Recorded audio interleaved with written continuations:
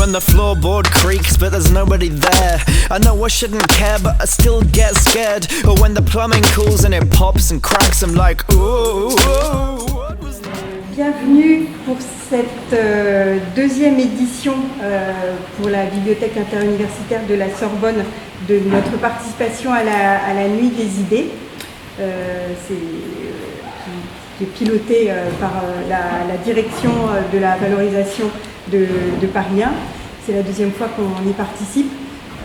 Je suis Juliette Gestaz, une des chefs de service de la Bibliothèque interuniversitaire de la Sorbonne, et aussi Madame Écolobis, comme on a appelé cette instance, cette mission à la bibliothèque, pour ne pas dire développement durable, qui est une appellation qui peut être sujette à débat. Et donc on a décidé d'organiser 2 fois par an des conférences ou événements, actions culturelles autour de sujets liés aux humanités environnementales. Donc cette fois-ci, merci, c'est la Bibliothèque de Géographie, qui est un des départements de la bibliothèque qui nous accueille. L'idée de ces 2 cycles de conférences, c'est que la bibliothèque apporte sa pierre au travail urgent à mener en mettant en avant la recherche sur ces sujets, dans les champs qui relèvent en fait des nôtres, qui sont les sciences humaines et sociales, dont la géographie justement. Et donc là, ici, un livre sur le thème des mobilités et du changement climatique, un livre de géographe tombé sous le sens pour s'inscrire dans ce cycle qui est souvent en partenariat avec les éditions de la Sorbonne. La BIS essaie également de soutenir les recherches dans ces domaines en s'attachant à acquérir l'état de la recherche sur ces sujets et de les valoriser aussi en éditant désormais 1 fois par an nos listes d'acquisitions qui peuvent relever des thématiques environnementales. Donc la première est parue il y a 15 jours, 3 semaines, dans le champ Histoire et sciences de l'Antiquité. Donc vous y avez accès par la page d'accueil du catalogue, et les suivantes dans les thèmes philosophie, littérature, donc éco-littérature par exemple, ou pour ce qui est de la philosophie, du rapport au vivant, rapport au corps, enfin des sujets qui peuvent être très très divers. Les suivantes vont suivre le mois prochain. La bibliothèque, par ailleurs, dans son fonctionnement interne, essaie de réduire son empreinte carbone de façon diverse, par le biais des marchés publics qu'on doit piloter ou auxquels on participe, par exemple, comme acheter du matériel reconditionné, des choses comme ça, ou via d'autres commandes, et aussi en observant des pratiques de sobriété numérique par l'entretien prolongé de matériel informatique ou des travaux qui permettent la réduction de notre consommation électrique d'éclairage. Ou samedi, un événement encore qui s'inscrit dans notre action culturelle, en quelque sorte, sera dans le cadre des éditions nationales de la réparation, se tiendra à la BIS, donc en Sorbonne, un atelier de réparation de livres tout au long de la journée, voilà, des conseils donnés par notre service de la conservation. J'en ai dit assez sur la bibliothèque, donc voilà, je vais passer la parole à 2 des auteurs du livre qu'on veut présenter ce soir, donc Mobilité et changement climatique, quelle politique en France, donc publié par Jean-Baptiste Frétini, Caroline Bouloc, Pierre Boquillon et Laure Cazot. Donc là, nous avons Jean-Baptiste Frétini et Caroline Bouloc. Donc une étude assez critique sur les politiques menées, les acteurs, les outils de pilotage, les obstacles rencontrés. Et un événement horrible survenu cette semaine à Paris nous rappelle que ces questions peuvent nous concerner individuellement, au plus près et au plus grave. Un cycliste de 27 ans a été assassiné lundi à Paris, près de la Madeleine, par un automobiliste qui lui a sciemment roulé dessus. Ça a peu de rapport, si je puis dire, avec un livre de recherche, mais quand même ces sujets de mobilité nous concernent tous de très près, nous, Parisiens, vivant dans une région où on est amené à se déplacer constamment, beaucoup tous les jours.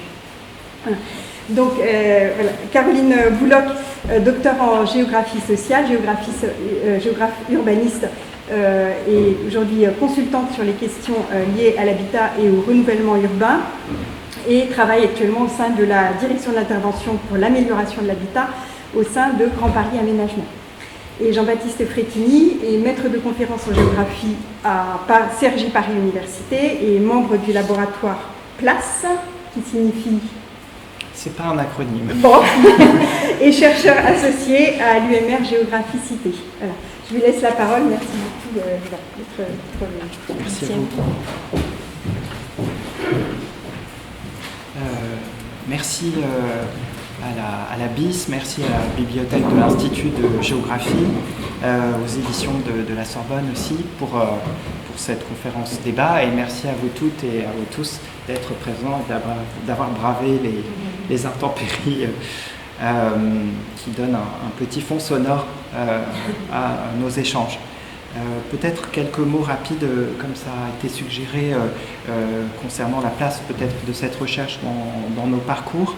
De mon côté, j'ai travaillé d'abord sur les questions de mobilité, notamment sur des mobilités particulièrement décriées aujourd'hui que sont les mobilités aériennes.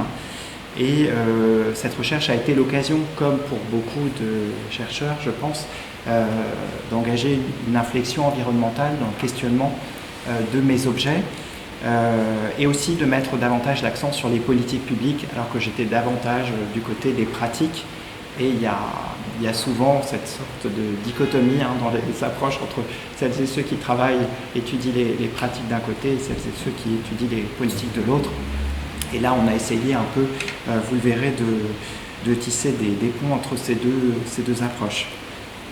Alors de mon côté, c'est moins évident parce que effectivement, j'ai travaillé plus spécifiquement sur la ségrégation résidentielle, notamment dans les pays d'Europe centrale et orientale, donc pas du tout en lien avec le sujet sur les mobilités. Mais c'est vrai que plus j'ai avancé dans la recherche que j'ai effectuée sur les inégalités sociales, plus il m'a paru évident qu'il y avait un lien très fort dans le sujet de la ségrégation résidentielle, de travailler sur les distances, les déplacements des individus et donc finalement sur les mobilités. Et donc en travaillant et en réfléchissant sur ces sujets avec Jean-Baptiste, en effet cette inflexion environnementale est venue aussi avec cette recherche et donc en effet a pu alimenter aussi mes travaux sur ces questions de ségrégation et d'inégalité sociale. Aujourd'hui, je travaille plus spécifiquement, je suis plus opérationnelle que chercheur actuellement.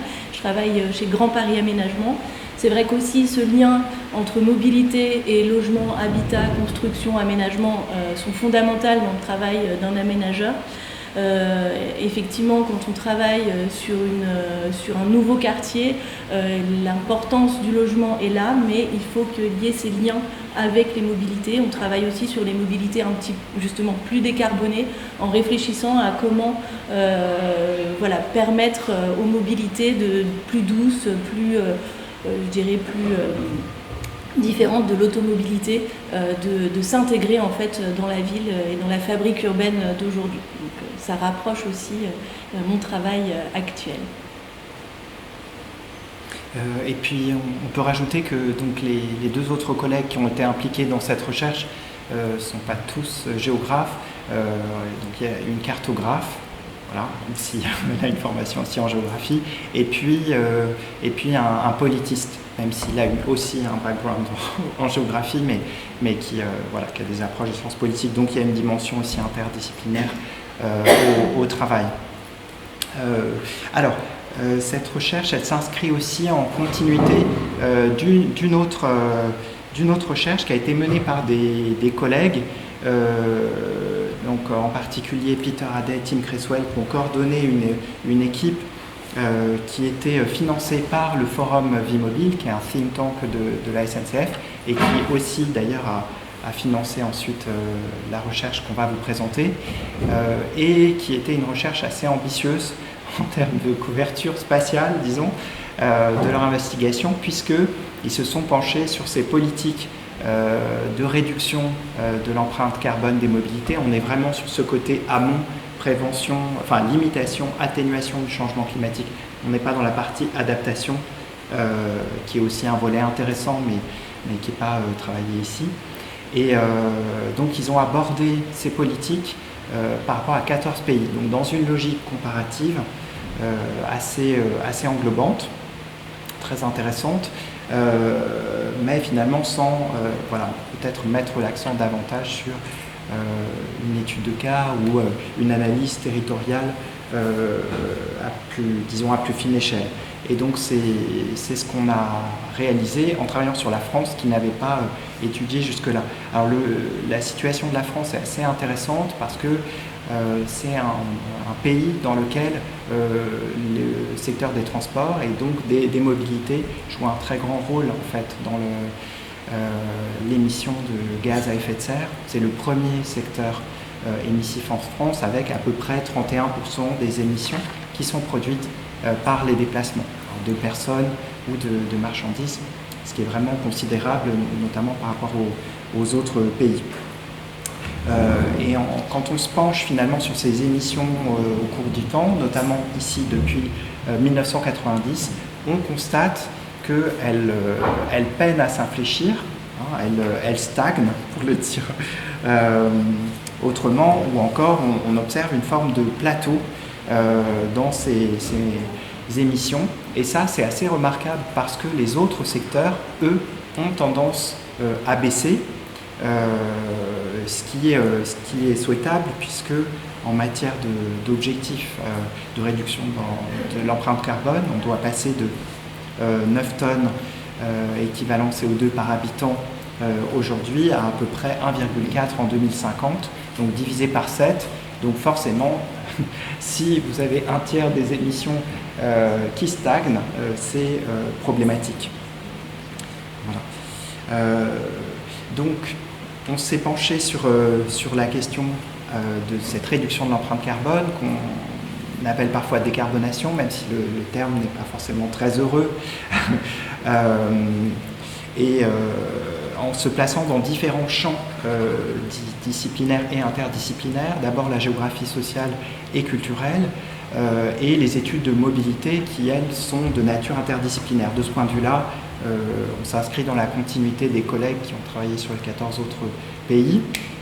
Et puis, en ce qui concerne la question des transitions, il y a deux champs qui nous ont paru particulièrement intéressants à travailler.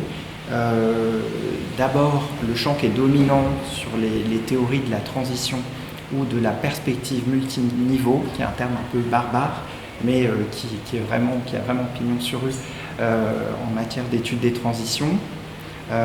Et puis d'un autre côté, sur des théories plutôt liées à la sociologie autour de l'interdépendance des pratiques, ce qu'on appelle la théorie des pratiques ou théorie sociale des pratiques.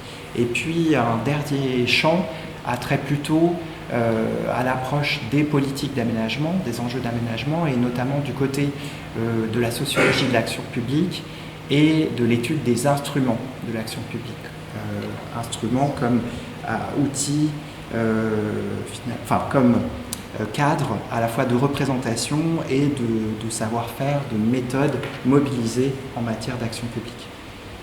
Donc notre question chapeau finalement était simple dans une de ces formulations qui était celle de savoir si finalement il y avait ou pas transition en matière de mobilité humaine plus spécifiquement en France, puisque on ne travaille pas sur la question des objets qui est aussi importante, et puis plus spécifiquement de préciser finalement le rôle, l'intervention de toute une série d'acteurs qui vont avoir maille à partir dans cette fabrique des politiques publiques et qui ne se réduit pas, loin s'en faut, aux seuls acteurs publics. Alors, pour répondre à cette question, on s'est doté d'une grille de lecture, on pourrait dire en géographie, on aime beaucoup ça, une typologie, qui finalement va classer les différents types d'actions pour réduire l'empreinte carbone des mobilités en quatre grands registres, quatre grands leviers si vous voulez. Le premier, c'est celui de l'évitement du déplacement. Donc le meilleur déplacement, c'est celui qu'on ne fait pas. C'est de loin le levier le plus efficace. Un deuxième levier qui est assez classique dans les politiques de transport, celui du report modal, donc de substituer à un mode de déplacement fortement émissif comme la voiture, un qui l'est moins, comme par exemple l'usage du vélo ou du vélo électrique. Et puis enfin, un double dernier levier qui concerne l'amélioration de la performance environnementale du déplacement et qui peut se jouer de deux manières, soit en changeant la pratique, par exemple en passant de l'usage individuel de la voiture, ce qu'on appelle l'autosolisme, à un usage partagé, soit dans l'espace à travers le covoiturage, soit dans le temps à travers l'autopartage. Donc ça, c'est une manière d'améliorer la performance environnementale. L'autre, plus classique et dont on entend souvent parler, par un changement technologique, par exemple en passant d'un moteur thermique à un moteur électrique.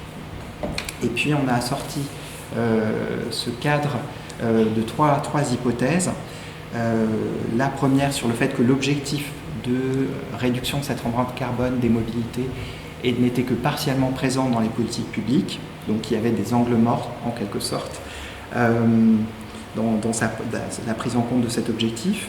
Ensuite, que la question des pratiques, la saisie des pratiques était essentielle dans la réussite des politiques, autant qu'on puisse l'apprécier, donc là en lien avec cette théorie des pratiques.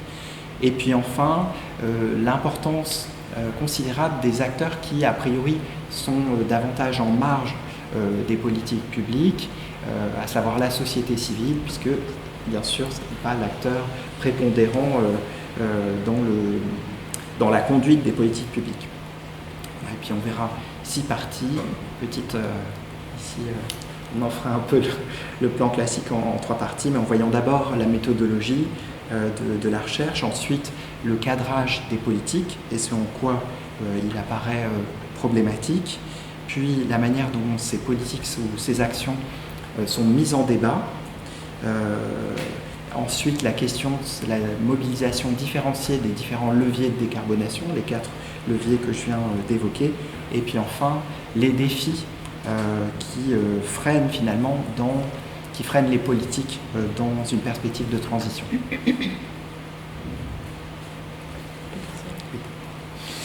Donc, concernant la méthodologie de recherche que nous avons adoptée, donc, nous sommes appuyés sur un croisement de méthodologies, de matériaux. D'une part, nous avons effectué 31 entretiens avec une quarantaine d'acteurs qui occupent, on va dire, des statuts intermédiaires. Alors, qu'est-ce qu'on entend par intermédiaire ? C'est l'idée qu'ils ne sont ni en contact direct avec les administrés et qui disposent aussi d'une marge de manœuvre qui leur permettent de mettre en œuvre en fait, les politiques publiques, mais qui ne sont pas non plus au premier plan de la mise en place de ces politiques. Ensuite, nous appuyons aussi notre méthodologie sur une analyse assez évidente sur les contenus de textes juridiques et la littérature grise pour bien comprendre tous les aspects réglementaires de ces politiques publiques. Ensuite, effectivement, également sur un corpus médiatique, alors ici, voilà, de 243 exactement articles, avec effectivement le fait qu'on est dépouillé via une base qui s'appelle Factiva, qui regroupe en fait des articles de journaux, un peu plus de 500 publications, donc un vrai travail de fond et de recherche sur ces articles plus spécifiquement. Voilà, et je dirais que ce qui est aussi important, c'est le fait qu'on ait travaillé sur des échelles assez variées. Donc on a travaillé en effet sur des terrains qui sont assez contrastés, à la fois sur l'Île-de-France, donc Paris qui représente voilà, une ville-monde, et son arrière-pays, on va dire immédiat, avec donc, toute cette région de l'Île-de-France.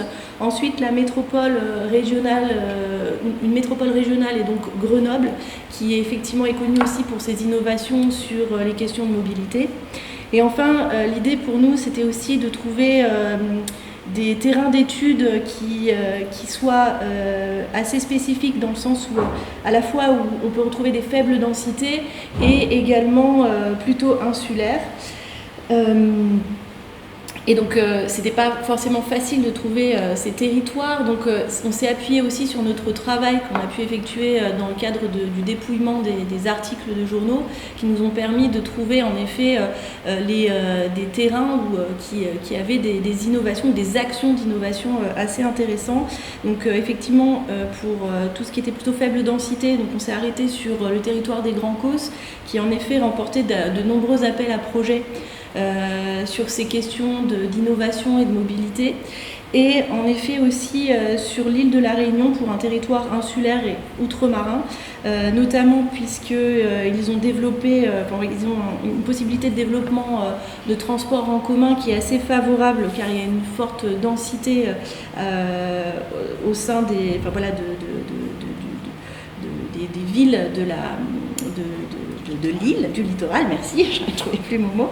Et le fait aussi qu'ils aient construit une nouvelle route à Saint-Denis, que vous aviez aussi le développement du tram-train et également des réflexions sur le transport en commun en mettant en place aussi un téléphérique et une volonté de travailler aussi sur ces inégalités territoriales qui est assez intéressante sur cette île. Voilà.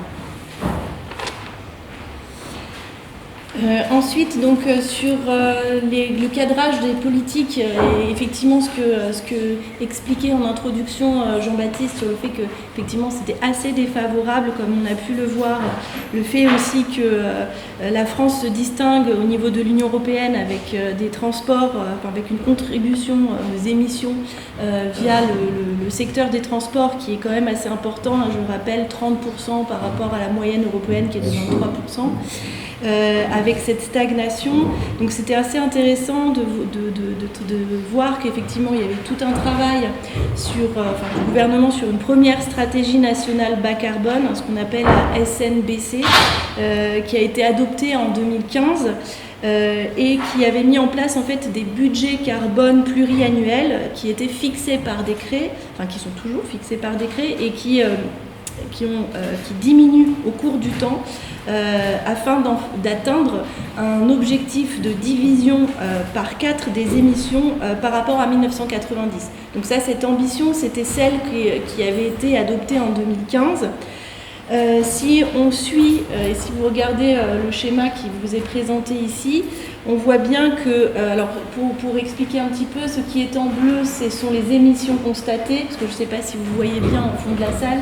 En vert clair, ce sont les scénarios et ce qui devrait être, qui avait été adopté en 2015. En vert foncé, en encadré, ce sont les budgets carbone pour bien se rendre compte des atteintes qui devaient être faites durant ces décrets pluriannuels. Le scénario, la moyenne en vert foncé, vous avez la moyenne effectivement pour le premier budget carbone de ce que devait atteindre les émissions du secteur des transports. Et ce que l'on a pu voir en suivant les émissions entre 2015 et 2018, c'est que celles-ci ont dépassé en fait les niveaux prévus. Et donc pour un peu comprendre, c'est dû à des motifs assez structurels dans le secteur des transports et du logement. Donc c'était bien évidemment lié à ce dont on parle. Et donc en 2018, le gouvernement adopte la révision de la SNBC pour justement rehausser en fait ces budgets. Alors pour être plus clair, on voit la ligne bleue claire. Donc dans les faits, sur le long terme, en fait, les budgets ont une volonté d'être plus ambitieux puisqu'on veut atteindre un objectif de neutralité carbone en 2050, soit une division de presque par 7 les émissions. Donc par rapport à 2015, on était à diviser par 4. Là, on a une volonté de diviser par 7 par rapport à 1990. Donc c'est quand même une ambition plus importante à long terme. Par contre, à court terme, on voit que les budgets carbone sont moins contraignants puisqu'on a revu en fait à la hausse, de 15% pour les 3 premières périodes, donc jusqu'en 2033, cette volonté d'émissions pour le secteur, d'émissions des gaz à effet de serre pour la France. Donc c'est ce qui montre en effet un peu une ambiguïté sur ce principe, et ça montre aussi les difficultés que ça représente au niveau national de décarboner ces mobilités, et l'enjeu de réfléchir aussi à qu'est-ce qui a motivé, qu'est-ce qui a produit ces échecs en fait sur le long terme, sur le court terme plutôt que sur le long terme. Alors la question du portage des politiques, et notamment la stratégie nationale bas carbone, est liée au fait que derrière il y a des directions ministérielles et qu'elles vont chacune poursuivre des objectifs qui sont en partie découplés. Et cette stratégie nationale bas carbone est portée par la Direction générale de l'énergie et du climat. C'est son travail. Elle la décline notamment avec un document qui est spécifique aux mobilités, la stratégie de développement de mobilité propre. Mais finalement, ce n'est pas cette direction-là qui va avoir la main sur les politiques de mobilité à proprement parler. Donc on a d'un côté une direction qui a la main sur les politiques climatiques, et de l'autre une direction qui a la main sur les enjeux de mobilité. Et d'ailleurs, ça se retrouve encore aujourd'hui avec une division ministérielle. La DGEC, la première étant à Bercy, où elle était il y a longtemps, puis elle est allée au ministère de l'Environnement, etc. Et par contre, la deuxième direction, celle sur les mobilités, elle est liée au ministère du Transport. Et donc on reste dans des clivages organisationnels qui sont très prégnants. Et le portage de la loi la plus importante en matière de mobilité, la LOM, qui date de 2019, c'est donc cette deuxième direction qui va la porter, et qui, dans son cadrage, dans sa manière de penser ses politiques, reste très marquée par une approche en termes de transport et non pas de mobilité, au sens où elle va insister sur l'infrastructure, sur l'offre de déplacement, plutôt que de réfléchir plus globalement sur le fait qu'il y a une interdépendance avec d'autres enjeux. Par exemple, avec les déménagements, le fait qu'une mobilité résidentielle va avoir une incidence sur le type de déplacement qu'on va réaliser au quotidien, ou le télétravail, par exemple. Donc là, cette focalisation est vraiment frappante, et les questions de l'urgence climatique sont finalement assez peu prégnantes du côté de cette deuxième direction. Voilà. Et finalement, ce dualisme des politiques, on va le retrouver aux autres échelles qu'on a étudiées, à l'échelle européenne, puisqu'on a deux directions générales, là aussi, la DG Climat d'un côté, la DG Move de l'autre, donc comme leur nom l'indique, qui portent des politiques différentes et dont l'articulation n'est pas évidente. Et à l'échelle locale, c'est la même chose, on va avoir des services différents, généralement qui vont porter d'un côté le plan climat, air, énergie territoriale, et de l'autre le plan de mobilité.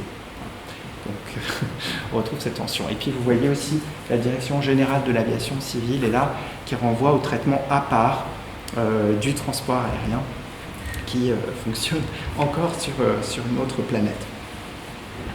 Alors, en effet, en travaillant sur le corpus d'articles de journaux que l'on a analysés, on a pu en effet identifier des acteurs et les débats et les mises en débat des actions de décarbonation des mobilités. Et ce qui nous a permis en effet de créer ce schéma et de vous présenter les différents acteurs qui rentrent dans cet écosystème et dans ces débats sur ces actions. Ce qui est assez, pour vous expliquer un petit peu déjà le schéma pour que vous le compreniez bien, chaque pôle sont des acteurs, et la taille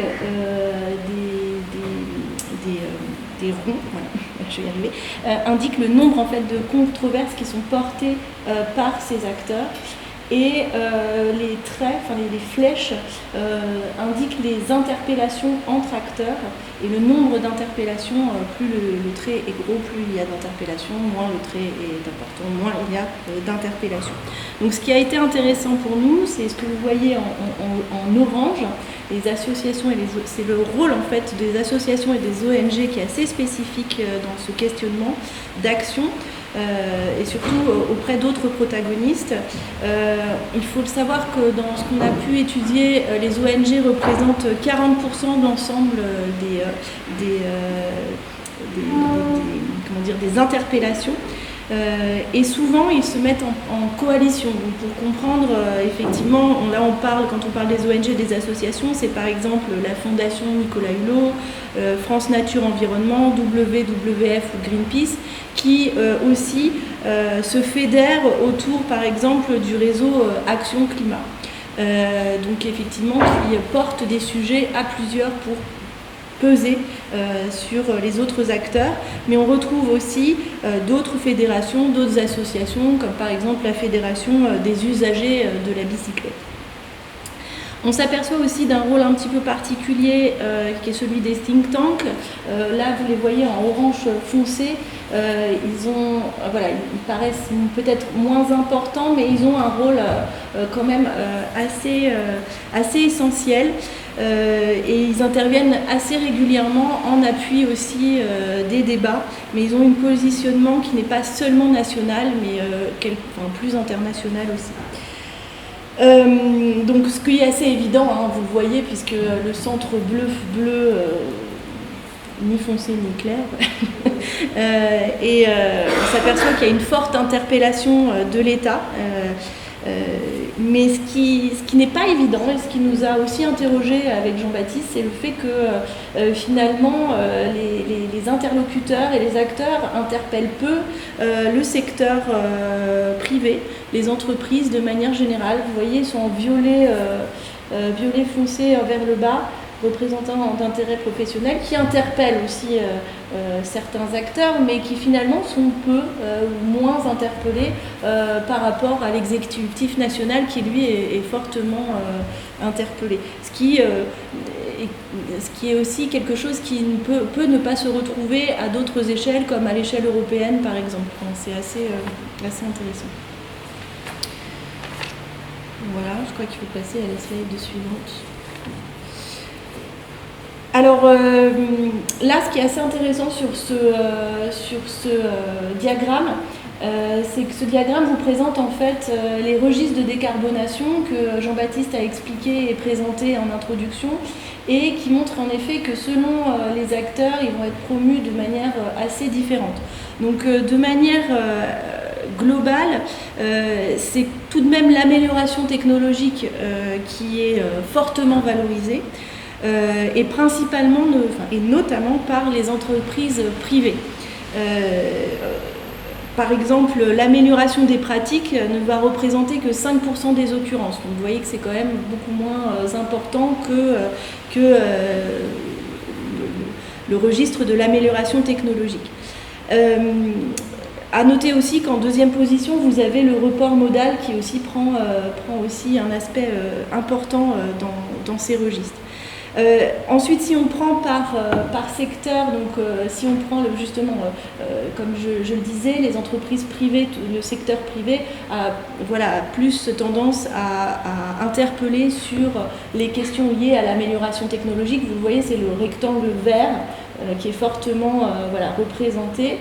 A contrario, je dirais, le secteur public, lui, se focalise beaucoup plus sur le report. On le voit avec le jaune, voilà, le rectangle jaune juste ici. Ce qu'on a trouvé aussi intéressant, c'est de s'apercevoir aussi que la société civile, donc bien sûr, est très proche des points de vue un peu du secteur public, mais avait aussi tendance à prendre en compte aussi l'évitement, que c'était pas forcément évident, mais que c'est pris en compte aussi par la société civile. Donc on le voit ici, c'est le orange foncé. Voilà, je pense que tu peux passer. Un autre sujet qu'on évoquait en introduction, c'est la manière dont les différents acteurs, notamment publics et de la société civile, développent une expertise sur les mobilités et l'empreinte carbone, qui est un sujet assez épineux. On en discutait un peu auparavant, c'est difficile de pouvoir développer des savoir-faire, des des connaissances en la matière. Et on voit une vraie crise de l'instrumentation de la part de ces différents acteurs. Alors déjà dans le suivi finalement des dynamiques de la trajectoire carbone, des mobilités qui restent fragmentaires. Alors ça tient au fait que les enquêtes qui sont réalisées sur les mobilités sont souvent réalisées à des pas de temps qui sont assez longs. Donc forcément, pour suivre l'évolution année après année, ça n'a rien d'évident. Donc à la fois à l'échelle nationale et à l'échelle locale, ou bien ces enquêtes vont être inexistantes pour des territoires ruraux, par exemple, ou bien de franges urbaines, parce que là, il y a des considérations de coûts et puis ou d'enquêtes trop larges qui sont inexploitables à des échelles trop fines. Et puis, un autre enjeu, c'est le développement de tous les indicateurs de suivi de ces politiques qui se développent, de plus en plus d'indicateurs, mais qui sont aussi sensibles, parce que finalement, ça oblige l'État à mettre le doigt sur des politiques, sur des actions qui sont pas forcément au rendez-vous, et donc on va avoir des interprétations de ces indicateurs, un formalisme dans l'interprétation de ces indicateurs qui est sujet à caution. Par exemple, en jugeant satisfaisants des indicateurs qu'ils ne sont pas quand on regarde les chiffres. Voilà. Notamment sur la question de la demande de déplacement qui continue à augmenter, mais que le suivi de la stratégie nationale bas carbone va considérer comme satisfaisant. Voilà. Un autre aspect important tient au rôle de Bercy, du ministère de l'économie et des finances, donc il y a un positionnement très spécifique dans le fonctionnement de l'État central et dont les outils sont aussi assez difficiles à faire évoluer. Alors j'en donne un exemple qui est très précis, c'est le barème de l'impôt sur le revenu qui prévoit des déductions fiscales liées au déplacement professionnel, les frais kilométriques. Et en fait, plus le véhicule qu'on utilise a une puissance de moteur importante, et plus vous pouvez avoir des déductions fiscales. Ce qui est une absurdité d'un point de vue écologique, puisque ça veut dire que voilà, il y a plus d'émissions, plus de pollution, etc. Mais j'ai encore été vérifié tout à l'heure, le barème n'a pas évolué, il est toujours en œuvre. Donc il y a des formes de résistance d'un certain nombre d'instruments qui sont perceptibles. Il y a beaucoup d'autres exemples, mais celui-là est assez frappant. Et puis enfin, du côté de l'expertise de l'État, comme de la société civile, on a des interdépendances dans le développement de cette expertise qui posent question. C'est assez frappant. Alors, et en lien notamment avec les think tanks qui jouent un rôle ambigu. Voilà. Alors notamment, en l'occurrence, le think tank I4CE, donc qui est financé par la Caisse des dépôts et consignations et par l'Agence française pour le développement, qui sont deux institutions publiques, mais qui sont assez proches des milieux économiques, et les analyses de l'I4CE vont être prises directement dans la stratégie nationale bas carbone par la Direction générale à l'énergie et au climat.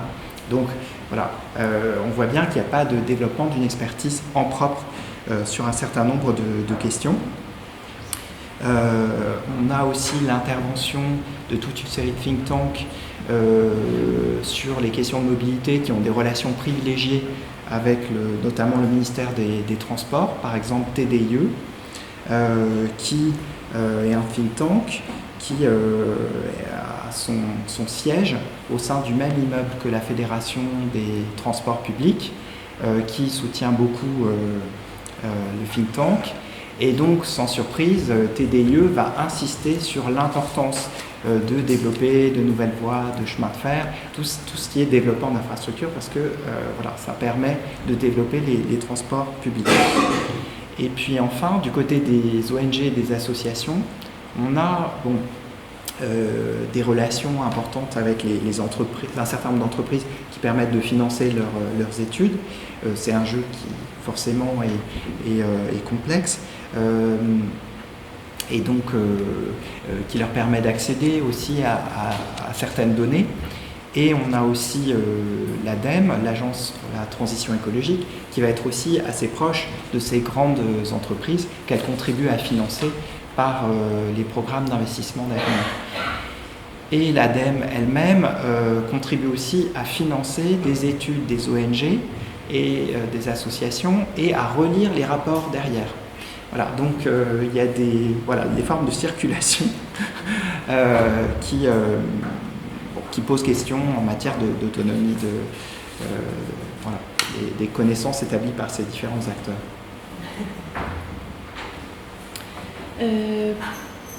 Effectivement, si on revient sur les registres de décarbonation et donc sur ce qu'on disait tout à l'heure sur le climat technologique, on s'aperçoit effectivement qu'il y a une place majeure accordée à la construction automobile en France en matière de décarbonation et ça s'illustre pleinement notamment via le plan climat de 2017 avec l'objectif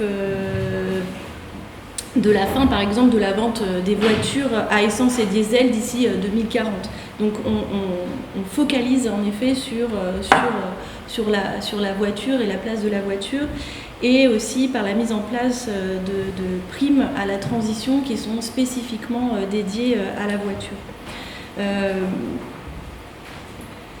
Donc les constructeurs automobiles de manière générale pèsent fortement dans la prise de décision et c'est fortement visible à l'échelle européenne.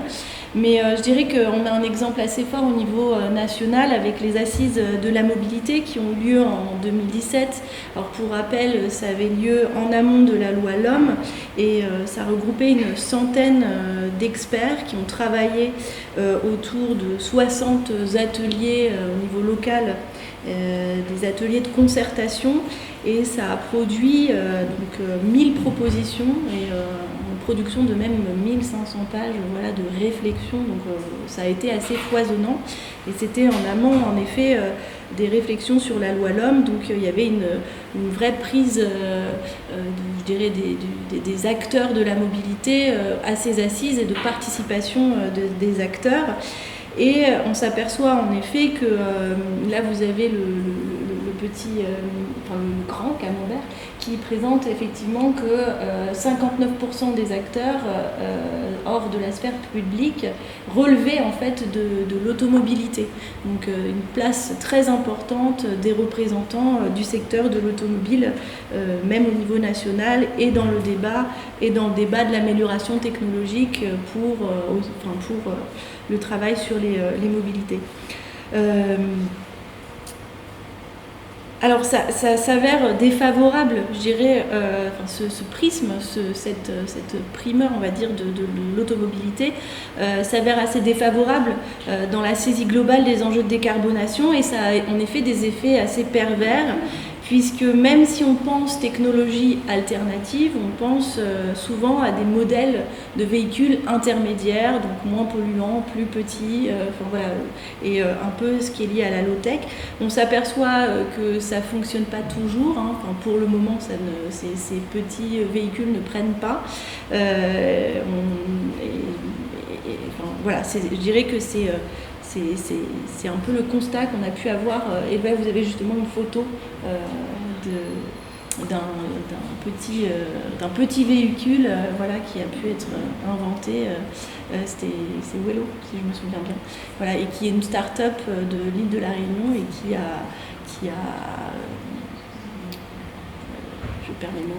qui a fait faillite, en effet. Donc qui n'a pas fonctionné et qui n'a pas réussi à prendre corps. Par contraste avec ce levier de l'amélioration technologique des mobilités, les autres leviers, vous imaginez bien, sont moins investis. Alors, en ce qui concerne le report modal en particulier, c'est vraiment frappant, même si les acteurs publics tendent à parler du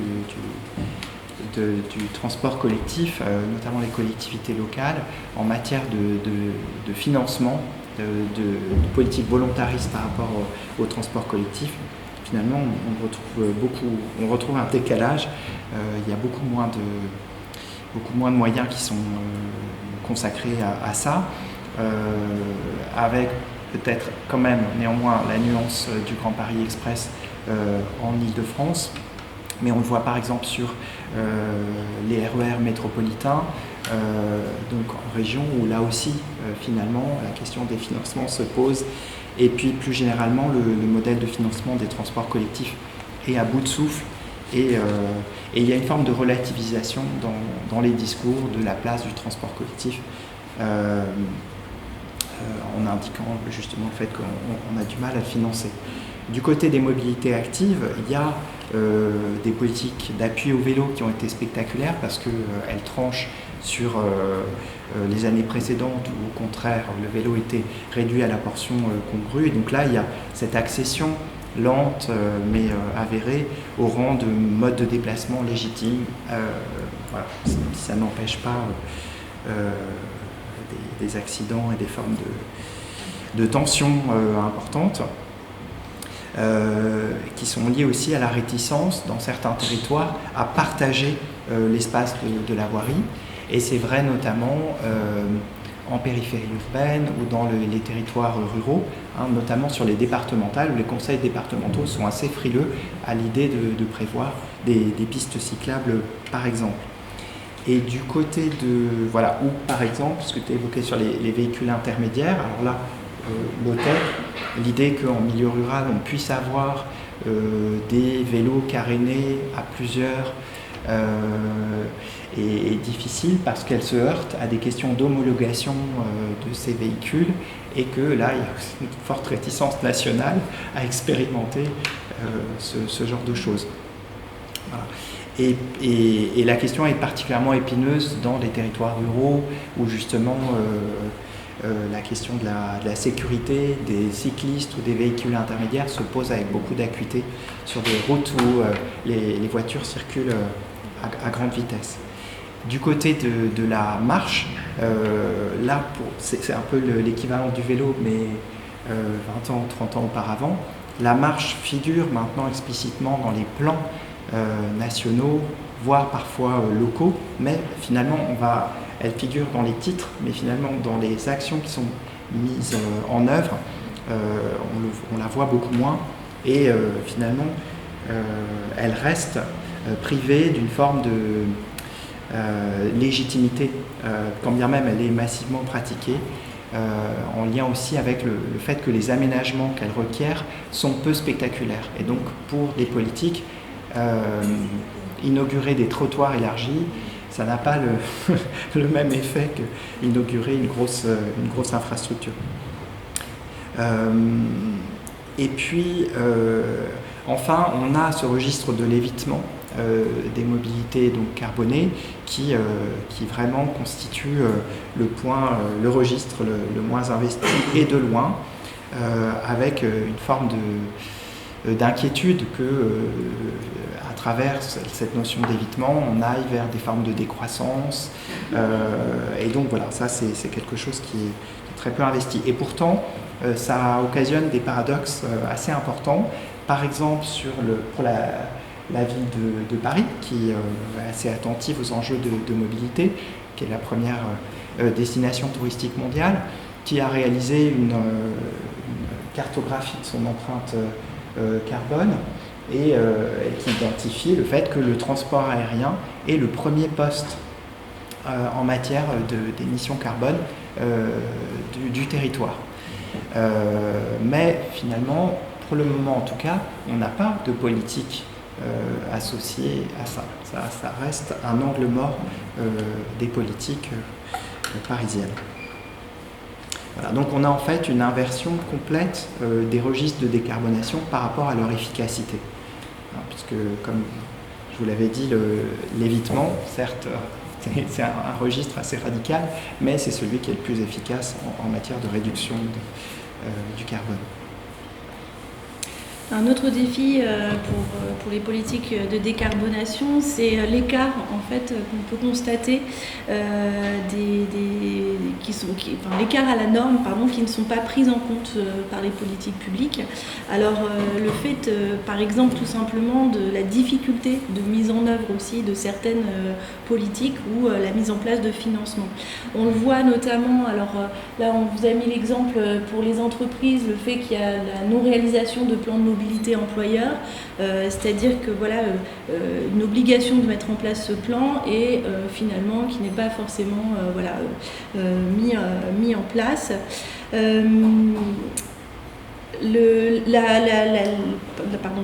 La controverse qui était liée au Dieselgate notamment, donc la difficulté de contraindre aussi l'application des politiques de manière générale, comment on contraint, comment on oblige en fait les entreprises à répondre aux enjeux et aux objectifs qui sont mis en place. On voit aussi que c'est le cas pour la puissance publique puisqu'il y a la mise en place des plans de déplacement urbain et là aussi on voit que s'il y a mise en place du plan de déplacement urbain, il n'y a pas forcément de contraintes pour le faire appliquer, pour répondre à ces objectifs, donc aussi ce qui ne rend pas évident la mise en place aussi de ces différents objectifs. On voit également qu'il y a parfois aussi la difficulté de la sortie de certains décrets d'application qui mettent du temps, qui n'aboutissent pas forcément et qui ne permettent pas de mettre en place ces effets. On peut le voir aussi au niveau de l'individu, tout simplement. Là, vous avez effectivement un panneau qui présente les zones apaisées et qui sont, je pense que vous constatez assez souvent dans la rue, qui ne sont pas forcément respectées par les voitures, qui ne roulent pas à 20 à l'heure, qui ne respectent pas forcément les piétons. Voilà, donc c'est à tous les niveaux et à toutes les échelles où en fait l'écart à cette norme fait partie des difficultés que l'on constate et des défis effectivement pour les politiques publiques de contraindre ou de mettre en œuvre ces politiques. Un autre défi, l'avant-dernier, c'est celui de la prise en compte des pratiques et plus largement des modes de vie. C'est difficile parce que les acteurs qui travaillent sur les déplacements sont spécialisés sur ces questions de déplacement. Généralement, ils contextualisent ces déplacements par rapport à leur propre expérience personnelle de mobilité, ce qui est intéressant, mais ce qui n'est évidemment pas suffisant pour les contextualiser. Finalement, la question des relations à toute une série de sphères connexes liées au travail, liées au commerce, liées à la santé, à l'éducation, etc., sont généralement hors cadre. Il y a aussi cette question de la complexité des pratiques et de la manière dont elles s'enchaînent, elles s'imbriquent, elles se combinent, et même si on va voir un certain nombre d'acteurs qui, eux, mettent un peu le doigt dessus. Donc, un exemple de ce type d'action, c'est Pédaler pour nager, qui vise en fait à rompre avec la dépendance à l'utilisation de cars qu'on connaît bien par exemple à Paris, même si ça s'est développé ailleurs, notamment à Chartres, en se disant finalement sur le temps d'activité sportive, les élèves peuvent faire du sport pour accéder aux équipements sportifs plutôt que rester donc dans un car, et donc montrer que une mobilité active peut s'imbriquer aussi dans la pratique sportive. Il y a aussi des acteurs qui pensent à la complémentarité des pratiques de mobilité. Par exemple, l'entreprise Sévigné qui est dans le parc des Grands Causses et qui a du mal à recruter des artisans parce qu'elle est située dans un territoire qui est assez enclavé, surtout l'hiver où les routes sont souvent en mauvais état, et elle prête ses véhicules pour que ces 4 salariés puissent faire leur déplacement domicile-travail ensemble, mais le reste du temps, elle met à disposition le véhicule à disposition d'un système d'autopartage qui s'appelle Cities. Et donc, elle joue sur la complémentarité entre le temps de travail et le temps de loisir.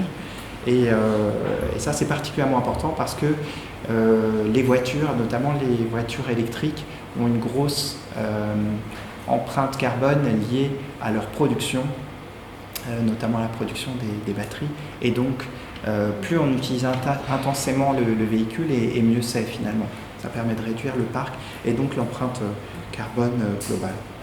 Alors ça, c'est des réflexions qui sont intéressantes. Et puis, on a aussi des associations qui jouent un rôle important pour justement avoir davantage prise sur les pratiques, notamment les vélo-écoles, des associations qui apprennent notamment aux adultes à faire du vélo.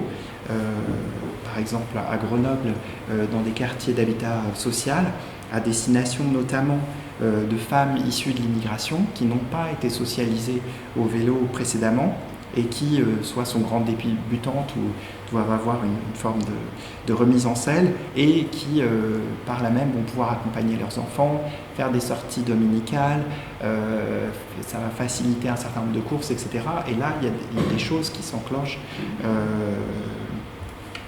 pour quelque chose qui, a priori, semblait hors des radars des actions classiques. Voilà. Et les réseaux d'interconnaissance aussi, ça c'est toute la force du covoiturage informel par opposition donc au sein de l'entourage, plutôt que de mobiliser un réseau par appli tel que l'État en particulier le promeut d'habitude. Donc, enfin, le dernier défi que l'on vous présente, c'est en effet lié à l'injustice ou la justice sociale et territoriale. Donc en effet, ce qu'on a pu voir, c'est que les politiques prennent peu en compte ces inégalités sociales de manière générale. En effet, il y a aussi de fortes inégalités, comme vous vous en doutez, et liées aussi à l'acceptabilité de ces politiques qui posent aussi question, notamment si on prend en compte la situation qu'il y a eu avec les Gilets jaunes, qui était donc le déplacement, la mobilité était au centre de ces problématiques. En effet, il y a aussi parfois des politiques cette volonté par exemple de se dire on réserve une voie spécifique pour les voitures électriques. Donc ça pose des questions d'inégalité puisque qui peut s'offrir une voiture électrique? Tout le monde ne peut pas. En effet, on est au cœur en fait ici du sujet. Après, ça touche aussi tout ce qui est inégalité territoriale, puisqu'on voit qu'il y a des appels à projets qui sont mis en place par l'État, qui sont finalement assez sélectifs, puisqu'elles favorisent d'une part les territoires qui peuvent répondre à ces appels à projets, puisque tous les territoires ne peuvent pas répondre, n'ont pas forcément le personnel adéquat pour répondre, que ça favorise aussi ceux qui sont déjà dans l'innovation, dans la réflexion, dans l'action de l'innovation. Donc d'une certaine manière, de même, ça laisse certains territoires totalement sans ressources pour réfléchir à ces sujets. Ensuite, je pense qu'il y a aussi quelque chose d'assez important à mettre en relief, c'est la problématique liée au fait que la majorité des politiques ont tendance à se focaliser soit sur les territoires très denses, soit sur les territoires peu denses, et à les confronter en fait, donc de manière très contrastée. Et ce qui se cache derrière cette vision assez binaire, c'est qu'il y a quand même des situations très différentes, donc ça je pense que vous vous en doutez, mais c'est aussi de travailler sur la combinaison et l'interdépendance aussi entre ces territoires et l'interconnexion. Je pense que c'est aussi quelque chose qui est assez oublié au sein de ces politiques, notamment parce qu'ils ne sont pas dans cette approche systémique de la mobilité, et donc ça reste un impensé parce qu'on oublie ces moments d'interconnexion et d'articulation en fait entre ces différents territoires, et donc forcément avec différents registres peut-être de mobilité qui permettraient de faire ces jonctions. Enfin, ce qu'on a pu voir aussi, c'est que la loi LOM aborde finalement assez peu ces enjeux d'inégalité. On pense en fait, en raison, je dirais, assez claire que c'est un coût aussi de penser les inégalités, puisque quand on prend par exemple la prime à passer par exemple au vélo électrique ou passer à un autre type de véhicule, ça demande une subvention de l'État, et donc ça pose aussi ces questions. Je pense qu'actuellement on est encore plus dans ces débats budgétaires qui posent question et qui doit, ces réflexions en fait sur les équilibres économiques dans ces inégalités sociales et de comment on passe le cap ensemble, dans une justice sociale et territoriale, dans des nouvelles mobilités décarbonées.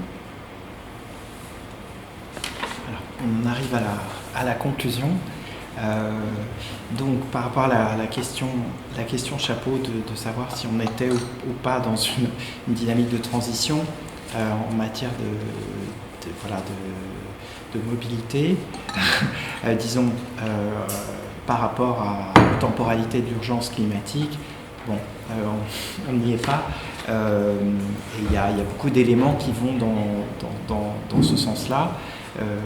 J'en résume quelques-uns rapidement. D'abord, le fait que l'objectif de décarbonation n'est pas décliné de manière systématique, et en particulier que la question des échelles spatiales, de lien entre les différents acteurs à différentes échelles spatiales est pas évident, avec ce qui favorise des jeux d'acteurs dans lesquels les uns et les autres se renvoient la balle continuellement.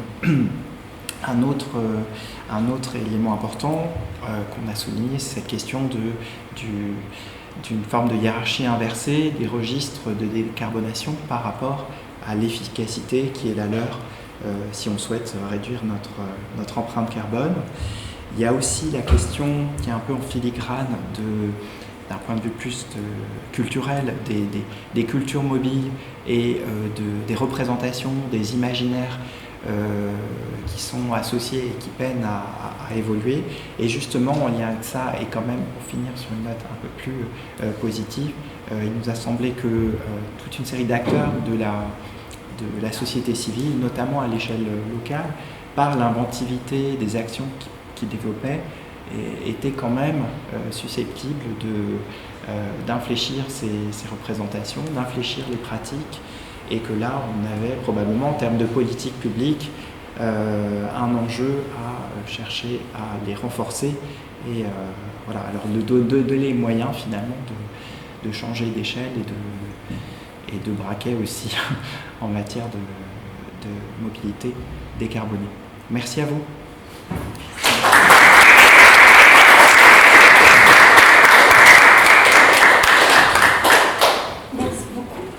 Je pense qu'on a le temps d'échanges pas mal avec la salle. Est-ce que certains ont des questions? J'en entends pas, mais allez-y. Une question concernant les politiques de sobriété. Est-ce que, à travers vos recherches, vous avez pu observer des lignes dans les politiques publiques qui parlent explicitement de sobriété? Si oui, dans quelle manière, peut-être en favorisant le télétravail, au lieu de prendre son véhicule pour se rendre directement sur le lieu de travail? Est-ce que contrairement au début du XXIe siècle, on a davantage de lignes qui parlent explicitement de formes de sobriété, peut-être pas forcément à ce mot-là, mais sur d'autres termes? C'était ma question.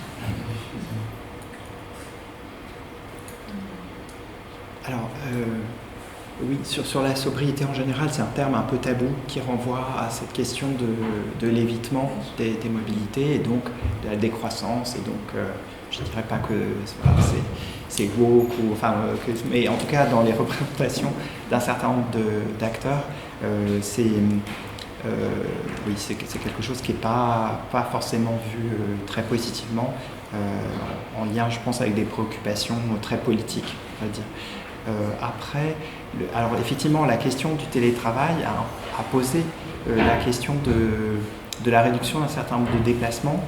même si le télétravail est un bon exemple d'effet pervers aussi possible sur un certain nombre d'actions dont on pense, comme la voiture, qui a une empreinte électrique, qui a une empreinte importante, mais plutôt liée à sa production, donc c'est contre-intuitif.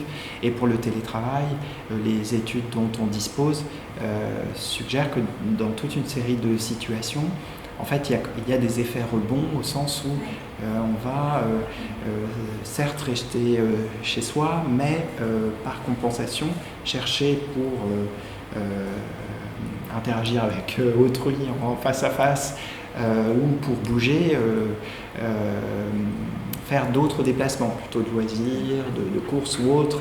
Et donc, voilà, le déplacement domicile-travail laisse place à d'autres déplacements. Voilà. Puis il y a d'autres enjeux sur le fait que, par exemple, l'hiver, on se retrouve à chauffer chez soi son logement, alors qu'on mutualise en quelque sorte le chauffage quand on est sur son lieu de travail, etc. Bon, ça ne suffit pas toujours à inverser quand même l'effet positif du fait qu'on ait neutralisé le déplacement domicile-travail. Mais en tout cas, le déplacement, le développement du télétravail a quand même permis de pointer cette question du fait qu'il y avait certains déplacements qui n'étaient pas forcément désirés. Et donc là, le fait qu'on puisse réduire des mobilités non souhaitées, ça c'est plus facilement acceptable et ça permet de rendre cette question de la réduction des déplacements ou de l'évitement de déplacements plus entendable en fait, plus envisageable. Et on l'a vu aussi pour d'autres raisons, mais qui n'étaient pas liées à la question climatique finalement par rapport aux Jeux Olympiques. Quand on a eu des publicités un peu partout en Île-de-France pour nous dire qu'il fallait certains jours éviter de se déplacer, ou bien quand il y a des grèves, des intempéries, et que là on est prêt à suggérer qu'il y a certains déplacements qu'il faudrait mieux éviter. Mais ce n'est pas le motif climatique qui est mis en avant, pour le moment. J'avais une question par rapport à la ville de Paris. Vous avez parlé de la réticence au partage de la voirie avec les mobilités actives, de la réticence au partage de la voirie. Et je me demandais si, pour tenir en compte le vote qu'il y a eu, le sorte de référendum qu'il y a eu je pense que c'était en 2022, contre les trottinettes en libre-service dans Paris. Et si ce vote-là rentrait en compte dans ce type de dimension de distance au partage de la voirie, et si c'était plutôt une question qui est envoyée à l'acteur plutôt ville de Paris ou plutôt aux habitants qui ont voté contre, même si le vote poussait un petit peu avec contre. Enfin, justement, qu'est-ce que vous en pensez?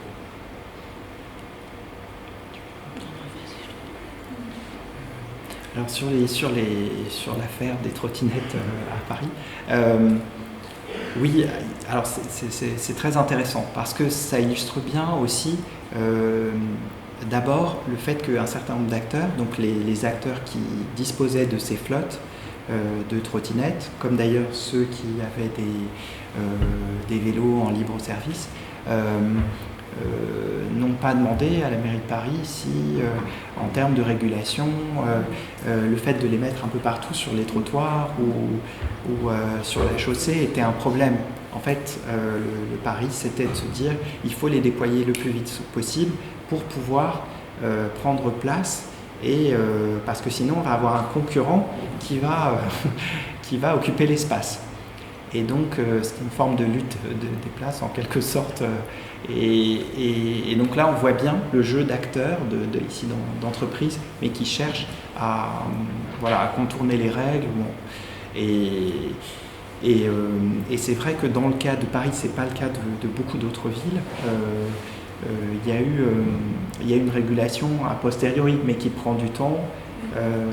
Et il y a toujours ce décalage là qui est en jeu. Et je ne sais pas dans quelle mesure ça a été toujours bien compris aussi pourquoi. Alors il y a la question de l'encombrement des trottoirs, la question de la marche, le fait que ça la rend plus difficile et que c'est un mode de déplacement essentiel à Paris, c'est le premier mode de déplacement. Il y a aussi le fait que le bilan environnemental des trottinettes n'est pas terrible, des trottinettes électriques. Le bilan social non plus, parce que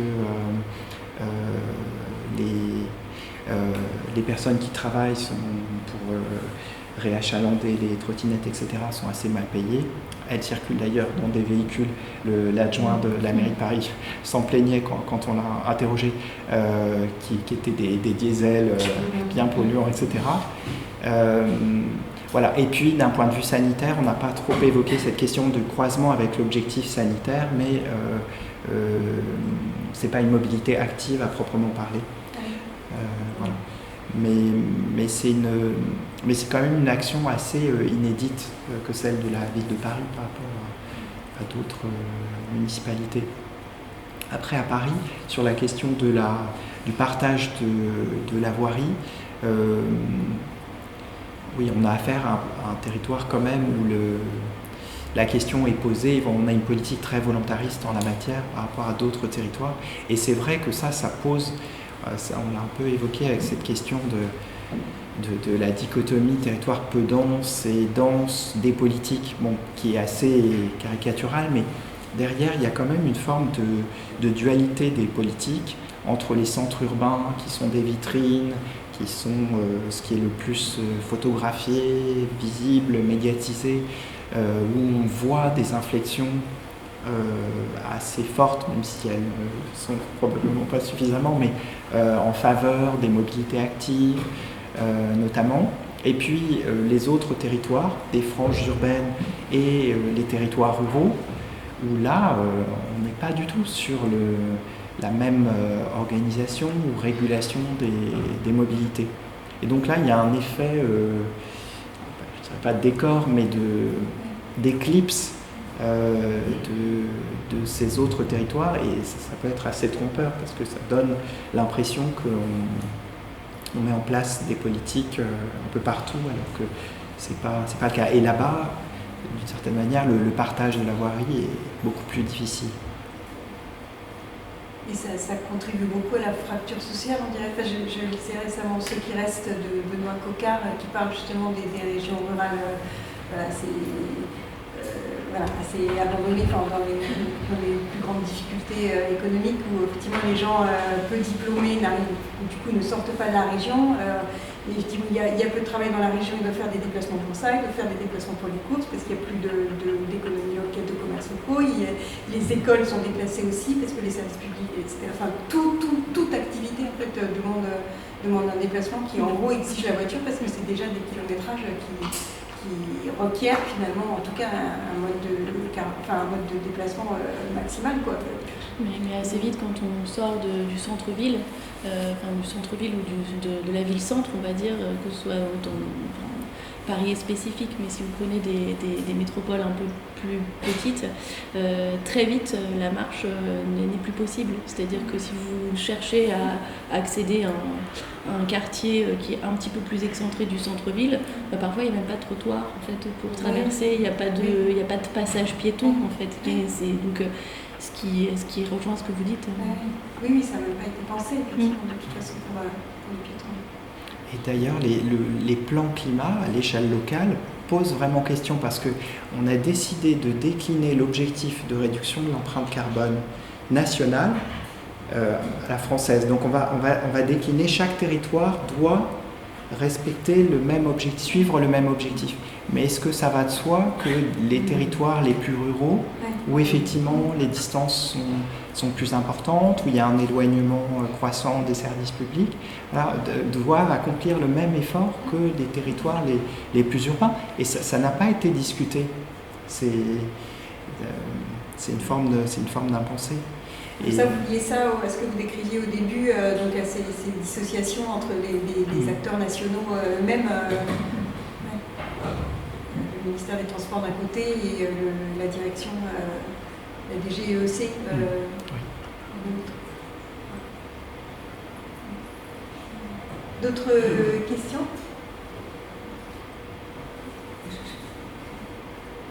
Oui, je peux vous poser une question. Une question sur l'institut et plus sur comment votre travail s'inscrit parmi tous ces acteurs dont vous avez parlé.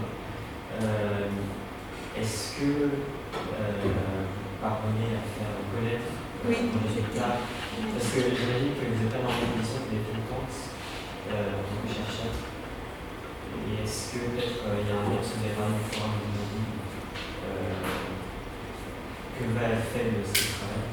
Est-ce que vous avez je complète, est-ce que vous avez un objectif spécifique hors recherche, si je puis dire, de cette publication, justement d'essayer de produire le résultat de ces enquêtes et ces analyses devant les politiques ou devant les forces politiques, devant les acteurs publics ou autres? Alors, oui, alors, il y avait beaucoup d'ambition, notamment du Forum Vie Mobile là-dessus, et ça c'est pas facile. Oui. Alors, d'abord, la recherche sur les 14 pays devait déboucher sur une sorte de micro-ONU où des représentants de différents pays se retrouveraient, des décideurs, et finalement plancheraient sur une synthèse de la recherche qui avait été réalisée pour faire œuvre de proposition et, voilà, et porter des politiques par la suite. Donc c'était très ambitieux et en fait, et on a écrit d'ailleurs une synthèse à ce moment-là de cette recherche-là, ce qui nous a permis de mieux la connaître, mais finalement cette ONU-là s'est jamais réunie. Et c'est pas nous qui portions cette partie-là c'était le Forum Vie Mobile, mais de mise en œuvre de l'exercice, mais c'est pour dire que c'est pas forcément évident. Alors, donc là, il y a une forme de relance sous forme d'une, je sais pas si c'est un GIEC, mais l'idée de produire une forme d'analyse par des chercheurs de nombreux pays autour de la critique, disons, du technosolutionnisme en matière de mobilité. Donc peut-être que là, il y aura une fenêtre d'ouverture de ce côté-là. Après, on a aussi fait une restitution. Bon, c'était à un moment où il y avait encore des vagues de Covid, etc., mais auprès de différents acteurs. Mais c'est vrai que ce qui est difficile, c'est que sur ce genre de sujet, de la part des think tanks ou d'un certain nombre d'acteurs, le court terme l'emporte, et au point que on pense que ces politiques-là et les enjeux qui sont associés finalement changent très très vite. Mais c'est pas. Alors oui, les actions dans leur déclinaison, etc. Mais les questions de fond sont très prégnantes et voilà. Donc en fait, d'une certaine manière, je sais pas comment dire. Il y a une forme d'écoute, mais qui est un peu filtrée sur des formes d'action. Voilà. Et on reste souvent dans une forme de recherche de solutions, de ce qui s'appelle des solutions, alors qu'on n'est pas sur une logique ingénieriale de problème-solution. C'est plus complexe que ça, ou plus culturel, et c'est là où on a du mal à être audible. Justement, c'est l'intérêt d'être chercheur, c'est de montrer toutes ces interférences entre pratique, culture, vie. Et ce serait difficile de résoudre ça avec une conférence de type les solutions, il faut que tout le monde soit d'accord sur la manière de concevoir la vie en société. Je souhaite d'abord, mais non, ça peut pas. Je voulais vous féliciter de ce travail et de ce qu'on vient de nous présenter. Donc, je dirais l'intérêt de votre travail, je le vois certainement en compte que je vais avoir du mal, mais sur le plan de la recherche, j'étais assez intéressée par votre insistance sur la différence entre transport et mobilité. Et je me demande si, dans le domaine scientifique, dans la recherche, ceci est compris, admis? Est-ce qu'il y a une tendance forte à travailler là-dessus, voire à diffuser cette très importante donc ça c'est le premier point. Et donc c'est une norme politique aussi ce que vous faites là évidemment bien en parler. Comment faire passer tout ce que vous avez dit sur le fait que les choses sont faites à l'envers, que les gens sont dessous, etc. Je pense que c'est extrêmement important.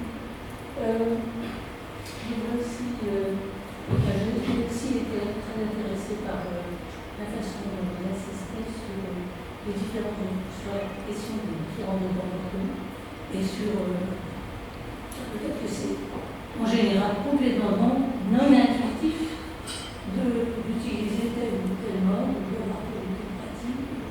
Vous l'avez dit, ça vient très vite. Et donc, pour la critique, je n'en aurais qu'une. C'est celle-ci. C'est que vous avez tout dit, votre discours était très convaincant. Vous avez parlé d'inversion, vous avez parlé de défis, etc. Et c'est bien de ça qu'il s'agit.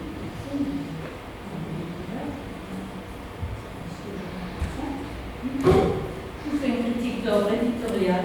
Pourquoi un titre aussi neutre? C'est dommage. Et un encouragement. Donc, je pense que vous aurez pu avoir un titre. Là, ça devrait peut-être vous dire devant vous. Je vous invite à y penser. Et voilà.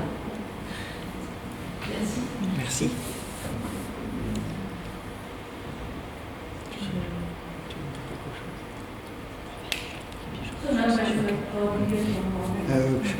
Sur le titre Mea culpa, effectivement,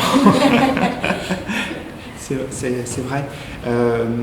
Sur le fait que les comportements, que ce soit pas intuitif de changer de mode ou de passer d'un mode à l'autre. Alors là, c'est vrai que on l'a vu à travers les retours qu'on a pu avoir, tout ce qui relève de l'expérimentation. Donc c'est fait notamment dans certaines entreprises. De dire voilà, pendant un mois on vous finance l'utilisation d'un vélo électrique. On le voit avec Véligo qui a eu un grand succès en Ile-de-France, donc le fait de pouvoir louer pendant 6 mois un vélo de la région Ile-de-France. D'ailleurs on en voit moins maintenant, mais on a vu beaucoup à un moment. Ces expérimentations-là semblent bien fonctionner parce que justement il y a tout ce jeu complexe autour de la pratique comme étant une habitude. Et donc comment changer des habitudes, ça suppose des perturbations ou en tout cas à un moment donné une forme d'événement déclencheur qui permettent d'embrayer, pour utiliser un mauvais jeu de mots. Et c'est assez intéressant. Et c'est vrai que les grèves, l'épisode du Covid avec ce qu'on a appelé les coronapistes, la peur de la contamination par le métro, a aussi servi à travers le monde de déclencheurs. C'est assez intéressant. Et après, sur la question de la distinction entre transport et mobilité dans le champ scientifique, oui, tout à fait. Il y a un flou de la part d'une partie en fait du champ disciplinaire, en fait de la géographie des transports classiquement, parce que c'est un peu compliqué, mais je pense que ça tient, c'est un peu bête de dire ça, mais ça tient au fait que le terme est à la mode. Et donc, on va utiliser ce terme-là de mobilité, plutôt que transport ou plutôt que déplacement, sans changer ce qui va avec. Et donc, à partir de ce moment-là, ça crée une confusion qui est un peu gênante. Et c'est vrai que ça suppose à chaque fois de faire un petit décodage pour savoir s'il y a transport ou déplacement. Et on avait produit un schéma qui est un peu barbare, mais en lien avec la théorie la perspective multiniveau, qui est une approche un peu discutable, mais il distingue 3 niveaux différents. Un niveau très global qu'ils appellent le paysage, qui est d'ordre idéologique, sur par exemple l'idée de la croissance, de valoriser la vitesse, etc. Donc, une sorte de valeur qui mettrait beaucoup de temps à changer. Ensuite, des régimes qui auraient un grand poids dans l'encadrement de nos activités, mais qui seraient un peu plus malléables. Et on voit qu'il y a tout ce qui relève des régimes de déplacement à proprement parler. Et ça, c'est une approche de transport que le système automobile, le système ferroviaire, etc. Et en fait, dans l'approche de mobilité, on va voir aussi les liens avec ces autres sphères d'activité, du travail, du loisir, de la santé, etc. Et c'est cette jonction-là qui est souvent absente, mais il y a une forme d'escamotage qui revient assez souvent, qui consiste à utiliser le terme mobilité pour dire transport. Et puis après, il y a ce qui est identifié comme des niches, qui sont des formes d'innovation, souvent à plus fine échelle, qui peuvent être technologiques ou pas et avoir plus ou moins d'intérêt dans une logique de transition.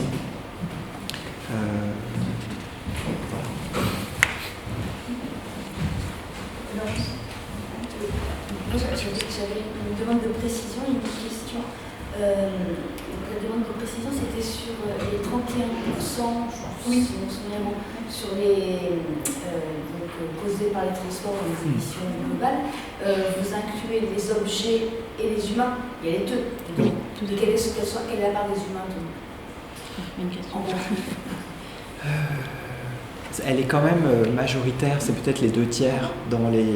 Oui. Ah oui, c'est après, est-ce qu'on sait toujours très bien jusqu'à quel point on arrive à différencier les humains et les objets? Ça peut paraître idiot, mais parfois ils se déplacent ensemble. Il y a une forme de codépendance. Les animaux. Les animaux. Un bon exemple, c'est le transport aérien, parce que le fret aérien est placé dans les soutes souvent, même si bien sûr il y a des avions cargo. Mais oui, c'est pas toujours. Il y a ces préoccupations autour de la circulation accélérée des marchandises, et notamment avec tout ce qui relève du e-commerce et du développement des livraisons à domicile, etc. Donc il y a cette forme d'explosion logistique et qui suscite depuis longtemps beaucoup d'inquiétudes, mais finalement avec une difficulté à cadrer ce genre de sujet. Même si, par exemple, il y a un collègue, Nicolas Rimbaud, qui s'est pas mal penché là-dessus, sur le fait que pour les livreurs, on leur intimait, maintenant, dans beaucoup de villes, l'obligation d'utiliser soit des vélos au lieu des scooters, et finalement souvent ils vont se rabattre sur le vélo parce qu'un scooter électrique coûterait trop cher, mais donc du coup il y a une pénibilité de leur travail qui est accrue, donc cette articulation entre objectifs sociaux et écologiques n'est pas forcément évidente. Et après il y a un aspect trompeur dans ces émissions-là, ces fameux 31%, c'est que ça c'est ce qu'on appelle les émissions... où est-ce qu'il est ? Ah oui, pardon. Non, tu veux, c'est le premier, c'est le grand. Ah oui, pardon. Voilà. Et c'est que c'est 31% par rapport à ce qu'on appelle les émissions territoriales, qui ne sont pas l'empreinte carbone de la France. L'empreinte carbone prend en compte en fait tout ce qui est produit à l'étranger et consommé en France. Et donc, par exemple, les voitures électriques chinoises produites à l'étranger avec une énergie reposant sur du charbon, etc., avec une grosse empreinte dans la production de batteries, etc. Tout ça n'apparaît pas dans les émissions territoriales. Et donc, les émissions territoriales peuvent avoir tendance un peu à baisser, là tout récemment, parce qu'il y a une électrification du parc, mais en fait, une empreinte carbone. Mais du coup, ces 31%, en fait, vous disiez qu'il y avait un décalage avec la moyenne des autres pays européens qui était plutôt avant 3%, et ça s'explique comment cette différence alors à la taille du territoire, tout simplement, par rapport aux autres pays européens, ou est-ce qu'il y a d'autres... Alors, il y a un élément qui n'est pas négligeable, mais qui finalement n'est pas préoccupant en soi, mais c'est le fait que on ait la production d'électricité, donc d'énergie, qui est relativement décarbonée par rapport à d'autres pays, parce qu'on repose davantage sur le nucléaire. Donc il y a un effet nucléaire qui est pas négligeable. Mais un autre enjeu aussi dans le périmètre qui n'est pas pris en compte là, et qui n'est pas pris en compte aussi dans l'empreinte carbone, c'est toutes les émissions internationales liées au transport aérien. Où là, ça sort, c'est complètement hors champ. Mais, du coup, j'ai pas compris ce que vous veniez de dire. Si justement il y a plus d'énergie électrique en France, à ce moment-là, les émissions liées au transport en France devraient être plus basses. Oui, elles le sont. Elles le sont pour le train, mais qui occupe une faible place. Mais en fait, l'effet joue beaucoup plus sur la production d'énergie, parce qu'il y a le secteur énergétique en lui-même, et qui correspond à un secteur qui est identifié comme un secteur, et donc il va avoir une empreinte carbone plus faible chez nous, et qui du coup implique des pourcentages. C'est pas relatif. Voilà, c'est ça. Exactement. Oui. Et en valeur absolue, où se situe la France par rapport aux autres pays européens d'émissions, je veux dire, en matière de transport? Parce que là, c'était des pourcentages que vous évoquiez, mais si c'est ramené à des valeurs absolues, est-ce que je l'ai fait récemment. Si on est dans la moyenne, si on est... je l'ai fait récemment pour une carte, parce que c'est jamais représenté. Mais dans une doc photo récemment, j'ai produit une carte là-dessus, justement parce que il me semblait que la donnée était intéressante. On parle toujours en pourcentage, parce qu'en fait, je trouve ça très très trompeur. Et rapporté par habitant, la France se situe quand même parmi les pays les plus pollueurs. Oui. Ma question portait sur... en particulier, je me demandais si dans la documentation que vous aviez regardée pour établir vos recherches, ou dans les entretiens que vous avez menés, apparaissaient des approches sur les mobilités genrées, en termes de justice sociale, d'égalité de salaire, toutes sortes de facteurs peuvent créer, je pense, des différences entre l'unité de genre et hommes, par exemple. Oui, ça ressortait notamment, Jean-Baptiste, tu avais parlé d'un exemple des femmes dans les quartiers. C'était souvent lié aux quartiers QPV, les quartiers défavorisés. Après, les débats qu'il y a pu y avoir dans l'agglomération lyonnaise plus récemment sur le déplacement genré, on l'a moins vu dans les articles qu'on a pu dépouiller. Je ne sais pas si toi, tu as des souvenirs plus marqués. Non, c'est vrai, c'est assez peu présent. À Grenoble, la métropole de Grenoble était vraiment attentive notamment au phénomène des mamans taxis. Donc le fait que ce soit plutôt les femmes, les mères qui accompagnent leurs enfants dans leurs déplacements, et que c'est un poids important. Et c'est vrai que c'est très frappant dans les travaux scientifiques qu'on peut réaliser. On avait fait une étude là-dessus dans le Vexin français, et parce que justement c'est un territoire de franges urbaine, même au-delà de périurbain, dans lequel la place de la voiture est très importante, mais on va retrouver des profils assez spécifiques en termes de déplacement de femmes qui justement essaient de bricoler des mobilités avec toutes sortes de modes de déplacement possibles, parce qu'elles n'ont pas de voiture, elles n'ont pas le permis, etc. Et c'est très genré, là pour le coup c'est très très net. Et on le voit même dans l'usage des modes de déplacement, des femmes en général, et c'est vrai un peu, dans différentes villes à travers le monde et dans différents pays, à ce qu'on peut en connaître, utilisent davantage les transports collectifs, utilisent davantage la marche. Et donc, effectivement, quand on a des politiques, les politiques en faveur de tel ou tel mode de déplacement ont un effet sur la place des femmes, notamment en ville et dans les territoires. Et c'est vrai que non, ça fait partie des inégalités sociales qui sont peu abordées. Malheureusement. En termes à part cette question de territoire peu dense, mais qui est plutôt sur une question d'offres de mobilité de déplacement à définir, sinon, voilà, il y a cette question des quartiers politiques de la ville, mais c'est à peu près tout, en fait. C'est vraiment incroyable. Alors même qu'on a eu les Gilets jaunes en 2019, enfin, il y a quelque chose de très étrange. Oui, j'avais pensé effectivement en termes de justice sociale de l'égalité, différence de salaire, ou les métiers, avec des métiers où les femmes sont amenées à bouger, en même temps sans forcément moyen de transport, avec des temps de travail fractionnés. Donc voilà, je pense que ça joue sur la même côté. J'ai encore une question qui me travaille sur le code de la route, que je trouve en fait devenu périmé par rapport à ce que sont aujourd'hui justement les transports, enfin le fait qu'il y ait différents moyens de transport qui ont à coexister ensemble et qui n'ont jamais, le code n'a jamais été pensé pour cette situation-là.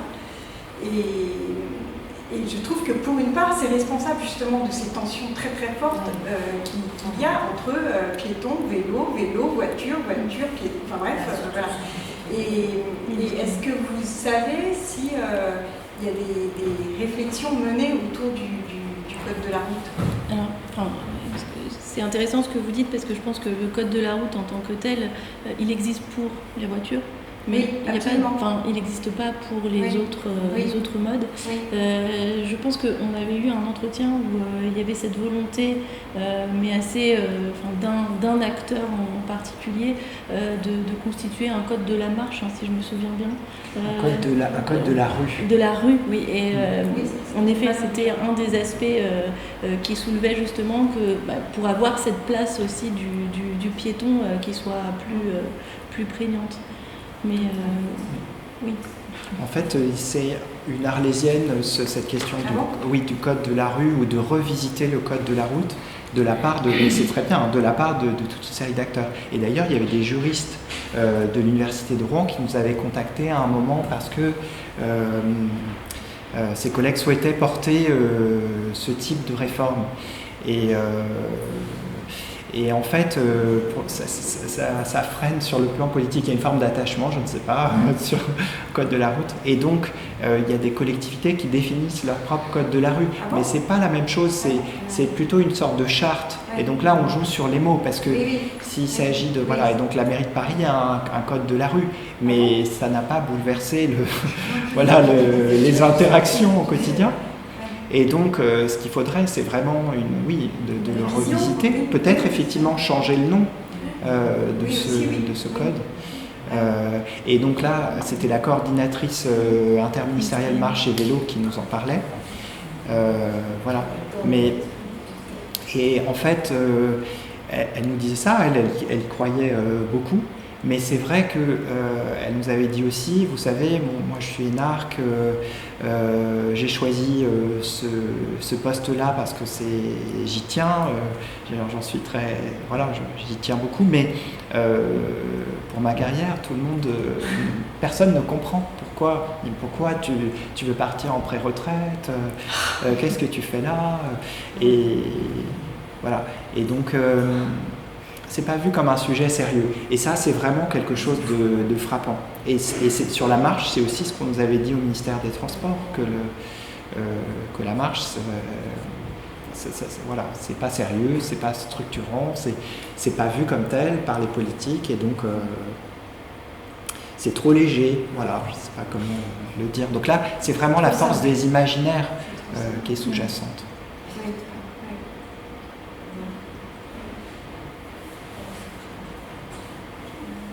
Pour la question de conclusion, ce serait comment vous pensez, comment vous poursuivez en fait ce travail, dans quelle direction vous poursuivez?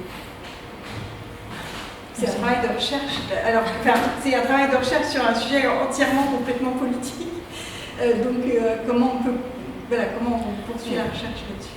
Moi, je suis moins dans la recherche maintenant, et je dirais que c'est dans mon travail au quotidien de travailler ces questions, d'avoir une attention particulière sur les déplacements, sur ce qu'on, en tant qu'aménageur du territoire, on met en place, parce qu'on faire attention aussi aux solutions trop parfaites et justement trop complexes aussi, de revenir aussi sur toute l'histoire de l'aménagement sur ces questions, puisque la question de la piétonisation, elle a existé en aménagement. La question de voir justement d'avoir une place de la voiture plus à l'extérieur du quartier, par exemple, ça a été quelque chose qui a été développé dans les années 60-70. Aujourd'hui, on en revient pourtant.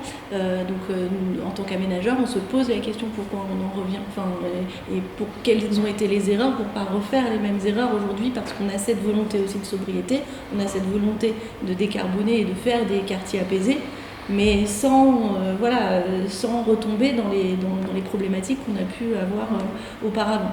Voilà, donc moi je l'intègre comme ça au quotidien dans mon travail d'aménageur. Oui, je pense à deux choses. La question des espaces publics, on vient d'en parler, parce que c'est vraiment là une forme de laboratoire où les choses se jouent, pas que là, mais et de poursuite dans ce sens-là. Et puis une autre piste qui est plutôt sur les déplacements, les mobilités à large échelle, et le fait qu'elles sont en forte croissance, et donc ces déplacements à plus de 80 km, etc., et qui finalement sont peut-être moins fréquents, mais quand on les fait, l'empreinte carbone est importante. Et donc c'est de travailler là-dessus, et notamment sur la manière dont il pourrait être infléchi. On le voit un petit peu sur, par exemple, l'usage du vélo à des fins touristiques. Est-ce que, par exemple, en ville, on pourrait rendre plus manifeste, je pensais à ça par rapport à la ville de Paris, et le fait qu'elle n'ait pas de politique touristique ou plus générale par rapport à la question de savoir comment les touristes, au sens large, arrivent à Paris, par avion ou autre, comment justement, par l'espace public peut-être, et dans le fait de rendre plus visible, peut-être moins visible des aéroports, je ne sais pas jusqu'à quel point on peut y arriver, et plus visible encore des gares, des formes de covoiturage. Les grands groupes de vélos comme la Transeuropéenne, des choses comme ça. Oui, et de les rendre visibles dans le paysage urbain pour l'inscrire davantage dans les pratiques. Merci beaucoup. Merci à vous.